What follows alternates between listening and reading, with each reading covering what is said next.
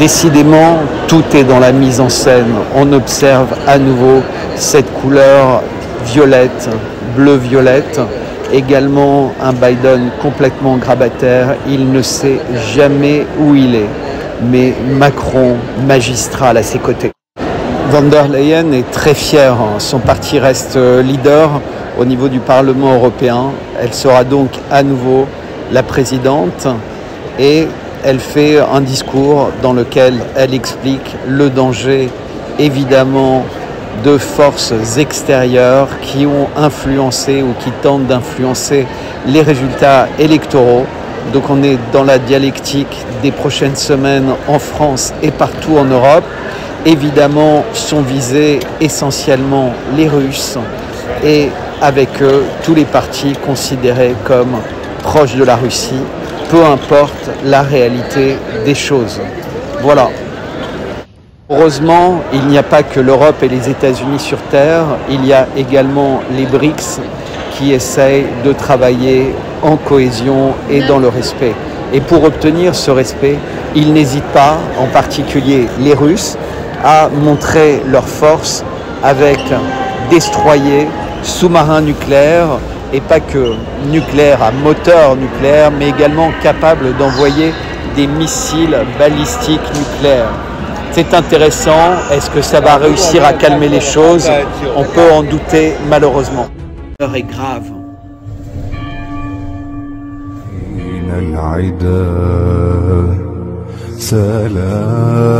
Ici au Québec, il est 4h02 et en France, 10h02.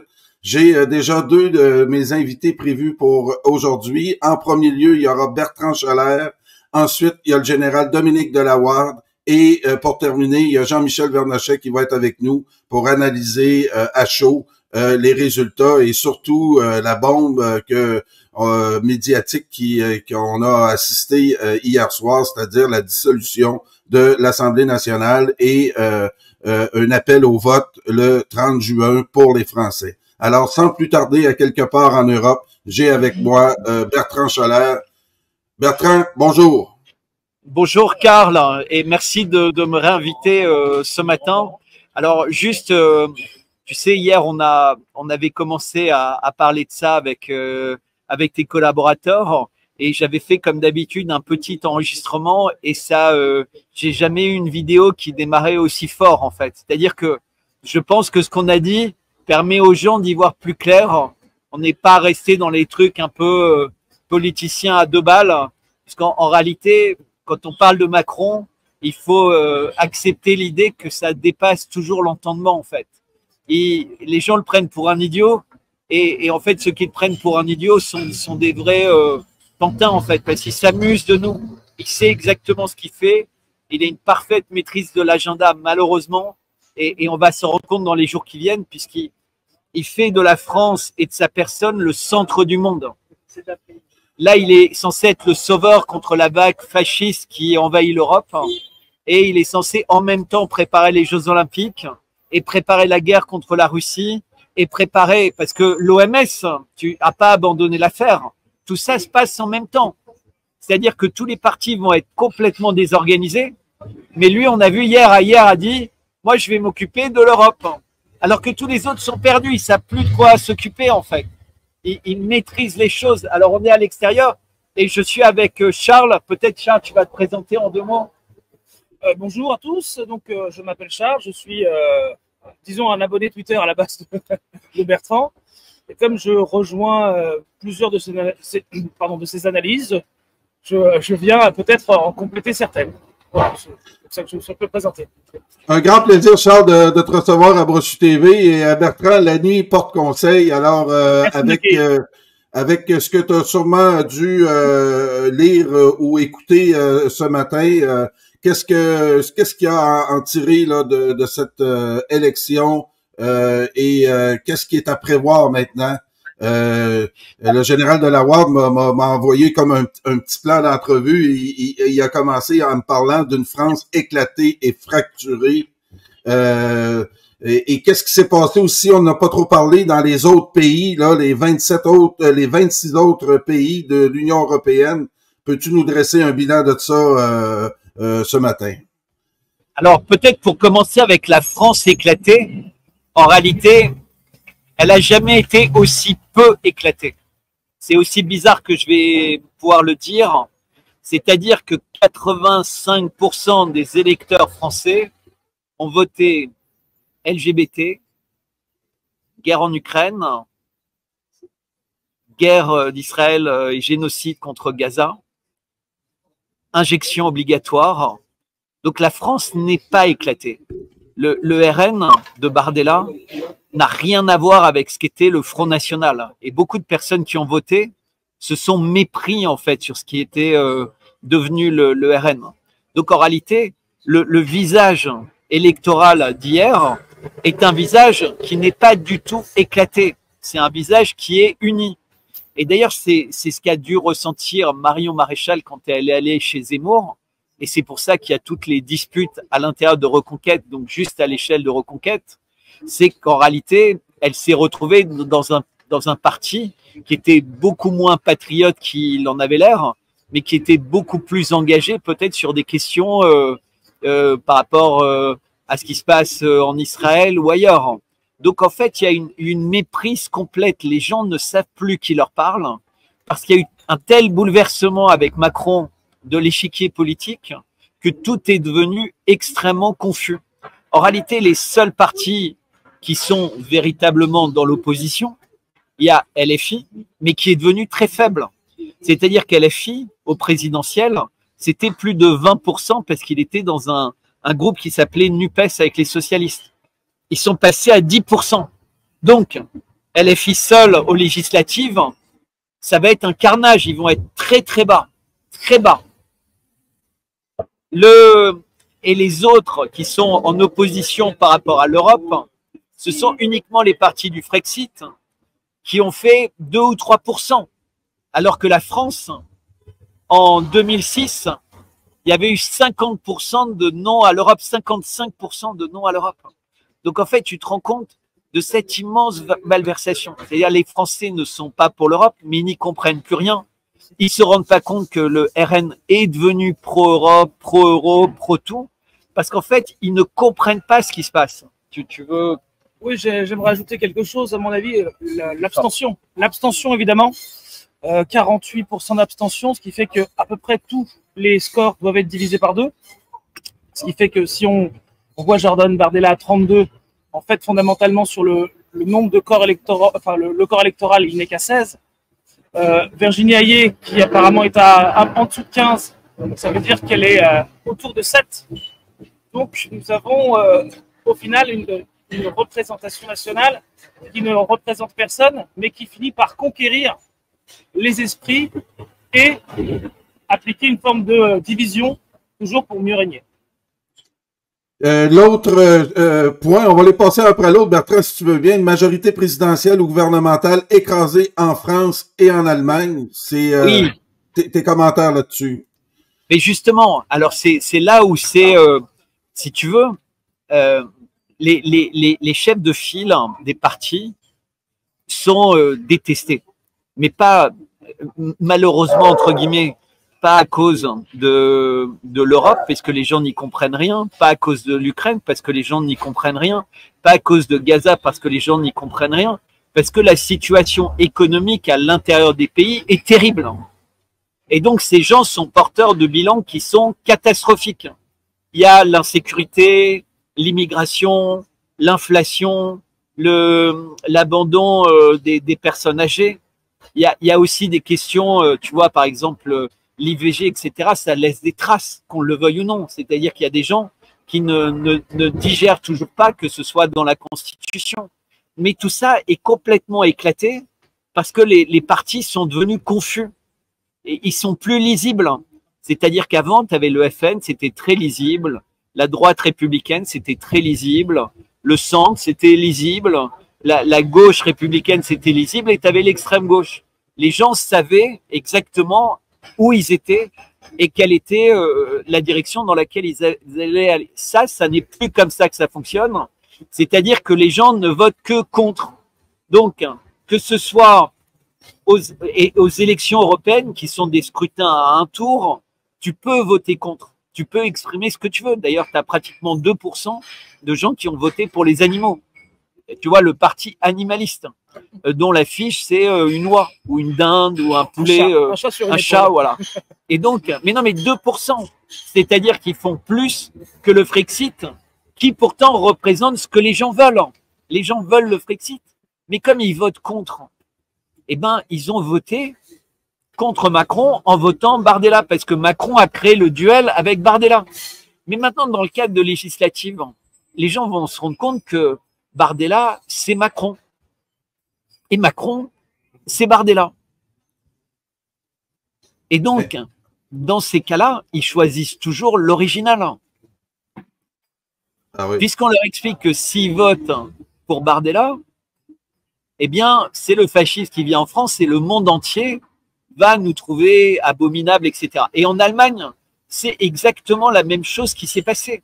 C'est-à-dire que le parti au pouvoir aux européennes, qui, entre nous soit dit, n'ont aucune importance, eh bien, il a chuté. Mais qu'est-ce que ça veut dire perdre quelques députés européens? En réalité, tout le monde s'en fout. Le parti, entre guillemets, d'extrême droite est monté très fort, mais il reste un petit parti par rapport à la CDU, qui reste le principal parti allemand. Et donc, pour Scholz, de toute façon, il n'y avait pas d'enjeu. Il va rester patron de son parti, il va rester chancelier allemand, exactement comme Macron. Macron, il l'a dit de façon hyper claire, ça ne change rien pour moi. Macron, il n'y a pas de changement pour lui. Il reste jusqu'à 2027. Il l'a dit et répété, je suis le seul à ne pas avoir d'enjeu électoral. Il s'est mis au-dessus des élections. Il se met en sauveur du monde. Et donc, et tu as ça partout. Tu as ça, à part, je crois, au Portugal, il y a une vague de partis de droite. Et donc, on va expliquer qu'en réalité, à cause de Poutine, tu as une augmentation du fascisme en Europe.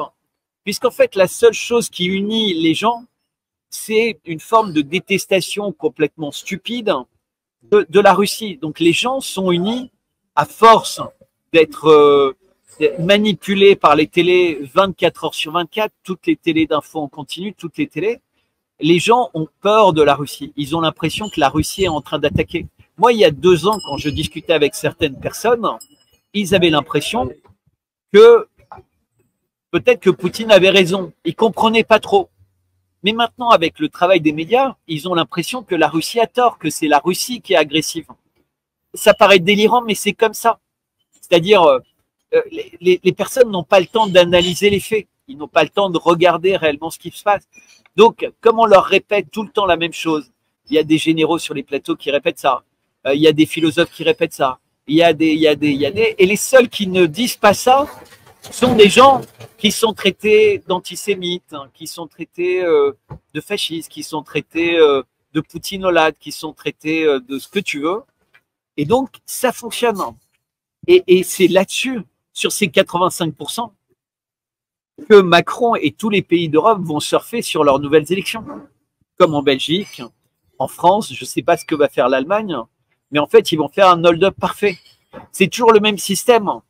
La peur du fascisme et le vaccin, c'est un front républicain. À chaque fois, les gens se disent il ne tombera plus dans le piège, mais à chaque fois, ils retombent dans le piège. C'est comme ça que Macron est élu depuis 2007. C'est le piège, entre guillemets, il est toujours le même. C'est un piège qui n'a pas de sens, mais qui fonctionne. Ouais, bien sûr.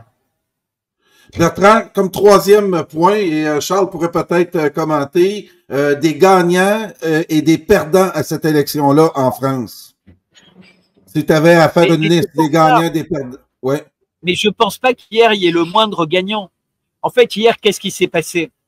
Hier, il y a un certain nombre de personnes, des partis politiques, qui viennent d'avoir l'assurance pendant 5 ans d'avoir un joli titre et un gros salaire. Point barre. Il ne s'est passé que ça hier. Il s'est passé rien d'autre. Il va y avoir aucun changement de la politique de l'Union européenne, aucun, puisque la politique de l'Union européenne, elle est décidée par les présidents des pays, par les gouvernements des pays et par les commissaires. Le Parlement, voilà, qui ne sont pas élus. et ils sont pas élus. Le Parlement européen de Strasbourg ne sert à rien. D'ailleurs, il est à Strasbourg, il est même pas à Bruxelles, ou Bruxelles n'est pas à Strasbourg. Si tu veux, pour bien montrer que il y a un machin à Strasbourg qu'on a donné à Strasbourg en la nommant un peu capitale européenne, alors qu'on sait très bien que tout se passe à Bruxelles. Il n'y a pas de lobbyiste à Strasbourg. Pourquoi il n'y a pas de lobbyiste? Parce qu'il n'y a pas de pouvoir à Strasbourg. Tous les lobbyistes sont à Bruxelles. Parce qu'à Bruxelles, il y a l'Union européenne, enfin les commissariats, et il y a l'OTAN. Donc, tu as je ne sais pas combien de dizaines de milliers de lobbyistes officiels qui sont à Bruxelles. Tu n'as pas de lobbyiste à Strasbourg. Et donc, à quoi sert Raphaël Glucksmann? Raphaël Glucksmann, il va être le premier qui va dire « Moi, je n'ai aucune hésitation, on s'unit avec Renaissance ». Et donc déjà, tu as 15 et 15, tu as 30%. Donc déjà, le premier parti, c'est plus vraiment le RN, parce que d'un côté, tu as socialiste et macroniste, et tu as le RN. Les écolos qui se sont pris une gifle, ils sont passés de 15 à 5, évidemment, ils vont dire, bah, nous aussi, on se rallie, comme ça, ils pourront sauver quelques députés. Et donc déjà là, tu as le premier parti, il est là. Ensuite, tu as LR. Qu'est-ce qu'ils ont, LR? Ils ont 7%. Ils n'ont aucune chance de se maintenir au second tour nulle part. Donc, ils ont deux possibilités. Avec 7%, ils ne peuvent pas avoir un seul député. Nulle part. Nulle part. Ils ne peuvent pas se maintenir. C'est une assemblée sans LR. Ils le savent très bien. Puisqu'hier, quand Éric Ciotti parlait sur les plateaux, en fait, il essayait de dire que tout était bien, qu'il avait demandé la dissolution, mais il était KO debout. Il était KO debout. Un parti qui a une soixantaine de députés à défendre, mais qui fait 7%, ce parti n'existe pas. Il n'existe pas. Rien. KO debout. Et donc, qu'est-ce qu'ils peuvent faire? Il y a Rachida Dati qui est déjà avec Macron. Tu as le maire qui est déjà avec Macron. Tu as Édouard Philippe qui est déjà avec Macron. Tu as Darmanin qui est déjà avec Macron. En réalité, l'essentiel de LR est déjà avec Macron. Donc, ça va finir définitivement pour LR. Ils vont rejoindre Macron. Et de toute façon, il n'y avait qu'à voir les images. Comment il s'appelait le candidat LR François-Xavier Bellamy. Voilà, Bellamy. Et ben, en fait, c'était pratiquement le meilleur ami de Ayer. Tu les voyais dans les débats, comment tu vas, tout va bien. À Bruxelles. Donc, LR, pour sauver des députés, eh ben, ils vont se mettre d'accord dans le cadre d'un front républicain et ils vont réussir à sauver 40 députés. Donc, ils vont passer, en s'arrangeant avec Macron, de 0 à 40. Mais ils étaient à 60. Ils vont accepter de perdre 20 députés pour en sauver 40, parce que sinon, ils ont perdu 60. Et donc, Macron, il est déjà à 42%. Et en fait, il suffit d'avoir la salle, ce qui est déjà acquis, 2,5%. Les animalistes vont rester des animalistes, parce qu'en fait, ce qui se passe aussi, c'est que le financement des partis, il va venir du nombre de voix. Et là, en fait, tous ces partis, s'ils ne réussissent pas à trouver une alliance, ils n'auront rien du tout. Voilà. Ah oui. Ils n'ont pas le choix. Donc Macron les a tous écrabouillés. Écrabouillés. Et en plus, il n'a aucun de ses meilleurs soldats, entre guillemets, qui sont débranchés. Puisqu'en fait, à l'Europe, ils n'ont envoyé que des seconds couteaux. Puisque la tête de file pour l'Europe, c'est Valérie Hayet, qui est quand même pas vraiment une légende du parti Renaissance. Donc, il a toujours ses Attal, il a toujours ses ministres. Hier, c'était saisissant. Sur les plateaux, une des meilleures défenseuses de Macron dans un front républicain, c'était Rachida Dati. C'est-à-dire toutes les grosses pointures, parce qu'il ne faut pas se faire d'illusions. Tu mets Ciotti face à Rachida Dati, elle écrase Ciotti. Il est devenu patron des LR, mais sur un malentendu, enfin, avec Pécresse, etc. Et qu'est-ce qu'elle va faire, Pécresse? Tu crois qu'elle va prendre position contre le Front républicain pour garder la région parisienne? mais Pécresse, elle va se rallier aussi. Ils vont tous se rallier. Ils sont déjà en train de supplier pour avoir un petit morceau de la gamelle. Toute la nuit, ils se sont dit comment on va pas tomber dans le piège, comment on va s'allier à Macron. Il est temps. Ça fait 7 ans qu'ils hésitent à se rallier à Macron.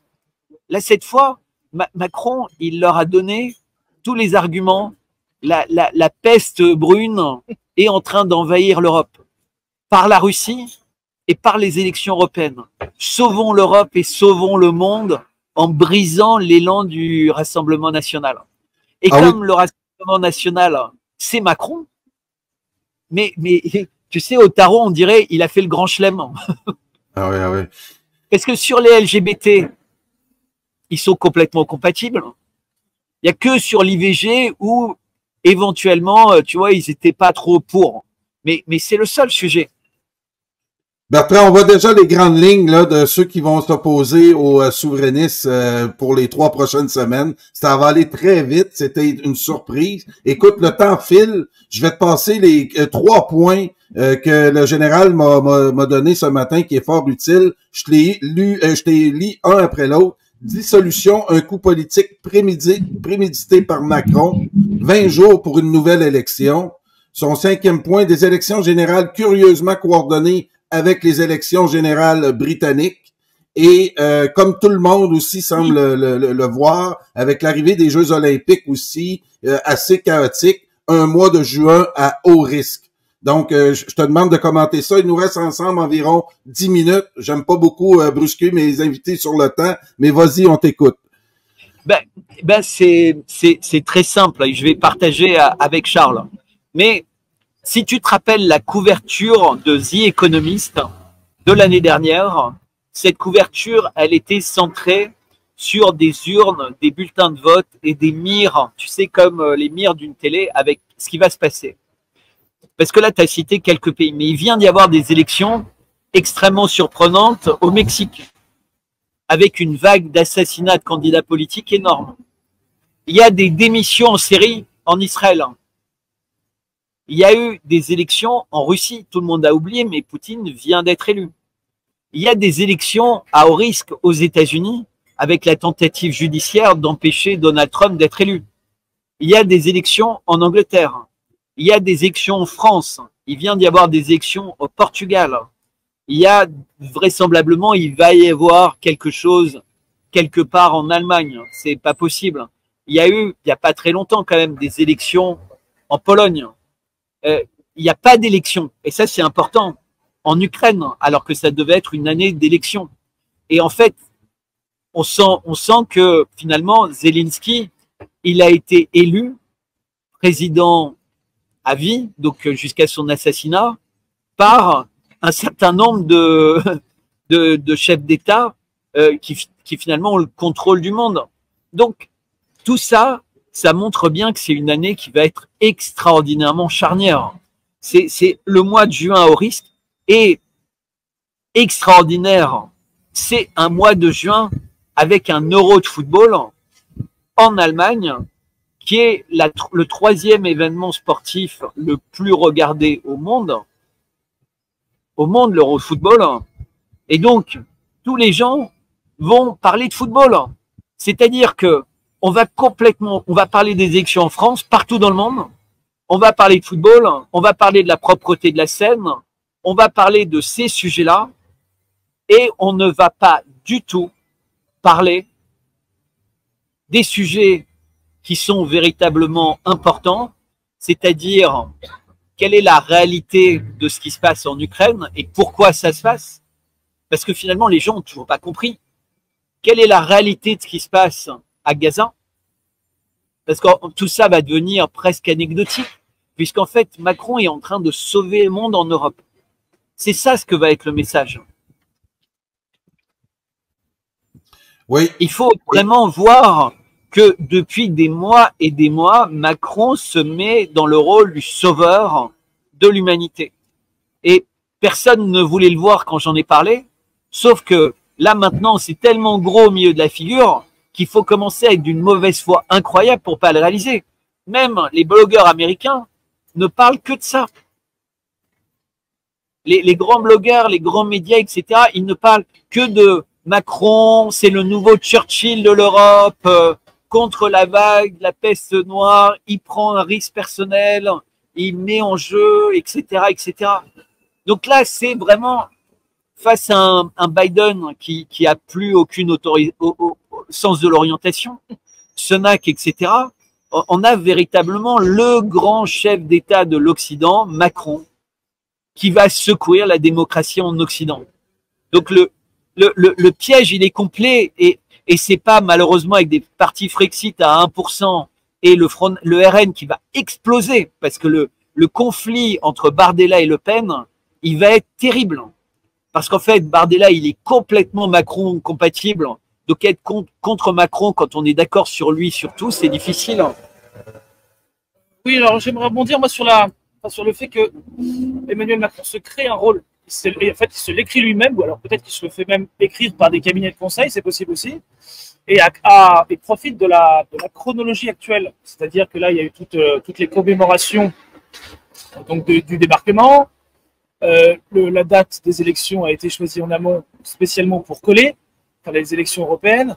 Donc en fait, tout ceci est déjà écrit. Et moi, quand Bertrand parlait tout à l'heure de Virginie Hayé, qui à mon avis a été sélectionnée pour perdre, vraiment c'est une théorie que je développe de plus en plus aussi, dans une chronologie pour celui qui se voudrait le maître du temps, qui développe. Donc oui, je trouve ça une situation assez inquiétante et démocratiquement totalement déroutante, puisque maintenant c'est plus la question de choisir, mais c'est de non choisir. Ça veut dire que c'est uniquement des impositions. Donc oui, c'est plutôt, stratégiquement, ça doit pas être stupide. Humainement, c'est un peu diabolique.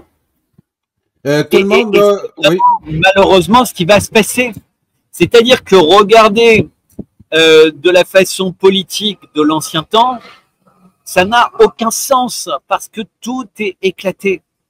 Les partis bénéficient de l'inertie de ce qu'a été leur passé, mais qui n'existe absolument plus. C'est-à-dire que quand tu écoutes Jean-Marie Le Pen parler de la Palestine en 2014, et à ce moment-là, il est déjà hors jeu, mais il a toujours parlé comme ça de la Palestine. Il dit, mais c'est véritablement un génocide, un crime contre l'humanité, c'est-à-dire que Jean-Marie Le Pen est pour la Palestine contre Israël, qui décrit comme des barbares, entre guillemets.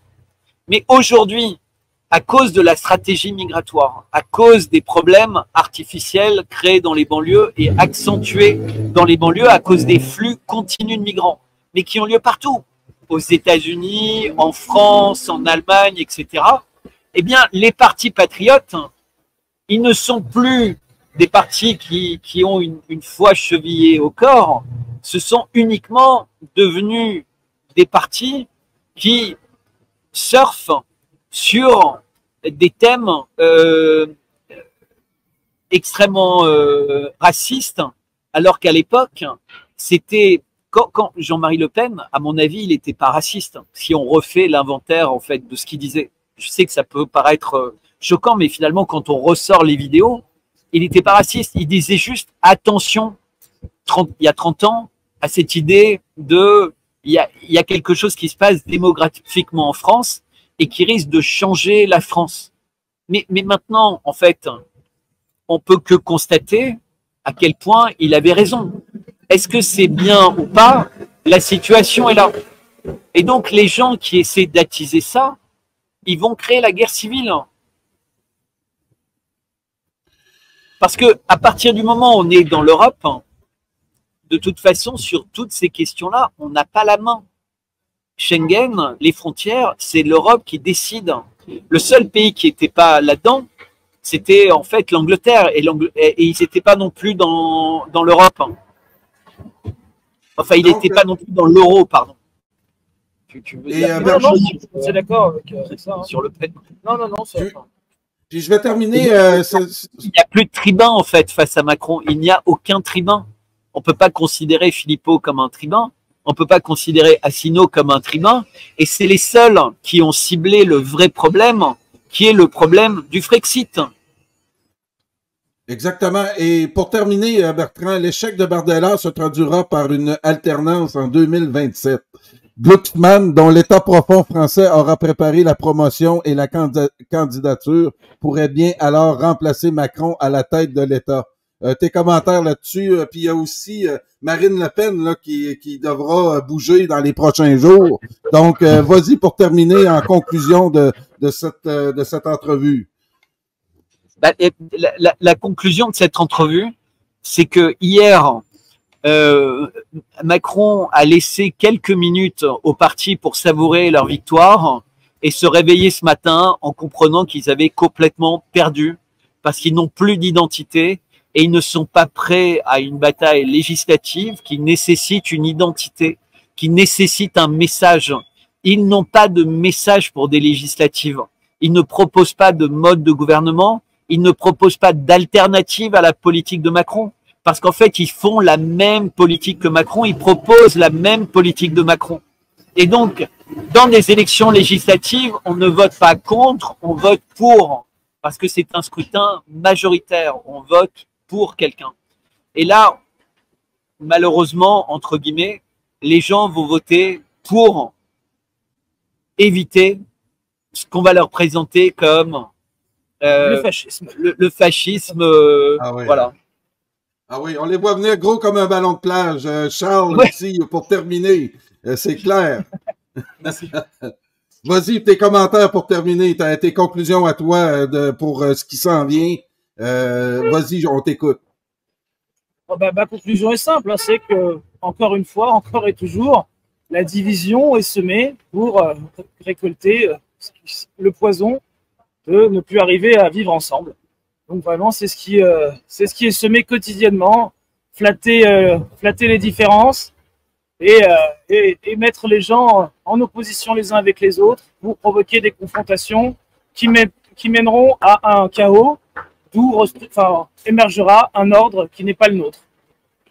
Voilà. Hey, merci beaucoup, Bertrand. Merci, Charles. Merci, Karl. On va suivre ça de très près là, dans les prochains jours. Bertrand, s'il y a à faire des émissions spéciales, je suis toujours là le matin à 4 heures du matin, heure du Québec, 10 heures, heure de France. N'hésitez pas à me solliciter. Ça va me faire un énorme plaisir de vous suivre. Merci beaucoup. À bientôt, Karl. Merci beaucoup. Hein. Et tu fais une émission d'une demi-heure ou l'émission continue maintenant? L'émission continue maintenant. Ensuite, j'ai le général Delaware qui attend en coulisses. Ils ont une demi-heure chaque. Et ensuite, j'ai Jean-Michel Vernochet pour finir. Ensuite, je dois quitter pour aller travailler. Et surtout, rappelle à tout le monde que pour toi, il est 4 heures du matin. Ah oui. Ah, c'est un énorme plaisir. Moi, je suis tout le temps... C'est passionnant de suivre ce qui se passe en ce moment en France et un peu partout en Europe. Puis, c'est vraiment pas... c'est un grand plaisir que j'ai de vous écouter, Bertrand et Charles et les autres. Merci, les gars. À la prochaine.